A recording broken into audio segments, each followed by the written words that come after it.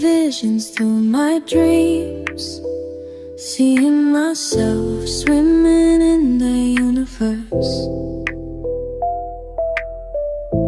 My ancestors gave me gifts to read cards, predict and heal.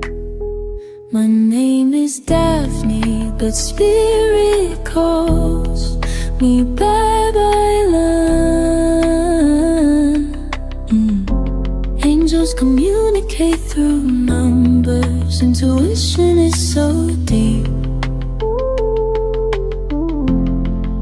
The gift I fully embrace within.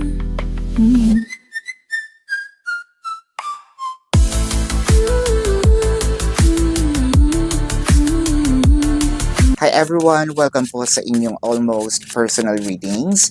So, tingnan natin kung anong nangyayari sa paligid, no? I want you to know that this is a general reading. So, you may resonate po sa buong reading na ito or baka konti lang. So, take what's only yours. Please believe in the divine timing kasi, you know, the message, whenever you see the message is also meant to find you. The Four of Wands, the Nine of Wands, and the Strength card. So this is more of napaka-fiery, no? Chances are, no, parang, whether this is your sun sign or meron kayong elements na ganito, no, sa inyong chart, it felt like passionate, very, very fire sign, no? Parang ganun ka lakas yung dating ng person, whether this is you, no, na parang wanting the person or someone kind of like approaching you, and ganun kalakas yung tama nila, no? Parang agad-agad, I want to live with you, no? Gusto ko nang sumama sa'yo.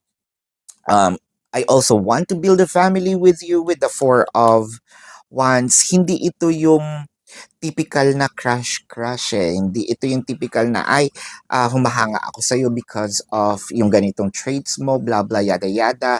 This is more, hindi naman ito agad yung, pwede natin sabihin love at first sight, or pwede natin sabihin na in love ako, parang ganun, na in love ako agad. Hindi pa naman ito obsession, no? Pero parang konting-konti na lang tatalo na siya, no, sa pagiging obsession.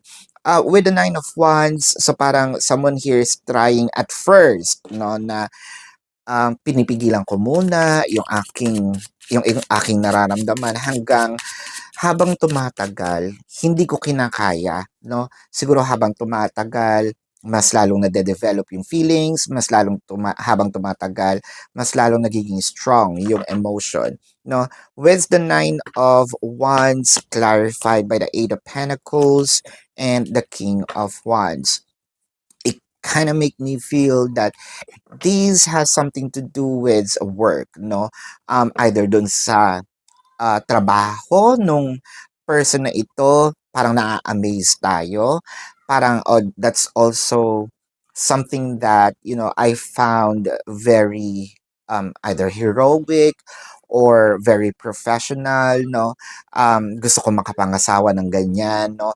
Or pwedeng kasama natin sa trabaho, which I feel like na napakagaling magsalita nito, no?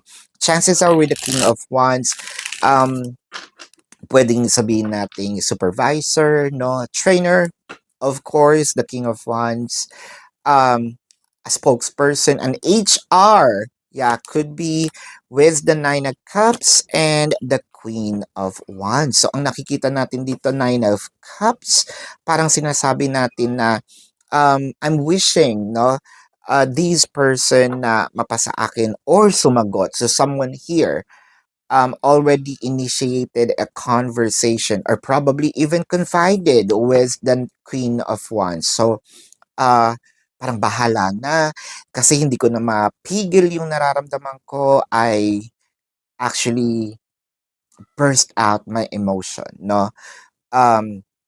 Chances are hindi lang ito sinulat, no? Hindi lang ito tinext or sinend sa messenger. This was actually verbalized, no? Parang gano'n kalakas yung loob, 'no? Lumapit ako and then sinabi ko yung totoo kong nararamdaman.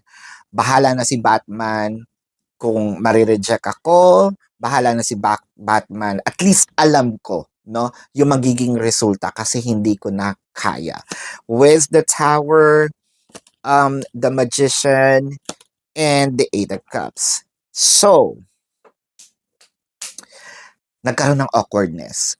I think that someone here kind of scared the hell out of the bejesus of the person na parang, uy, okay ka lang.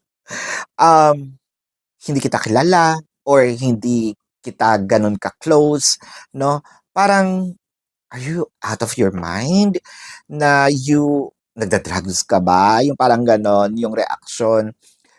Which I feel like it's very unusual. Siguro, first time makamit ng person na ito na biglang ganon yung mag-open.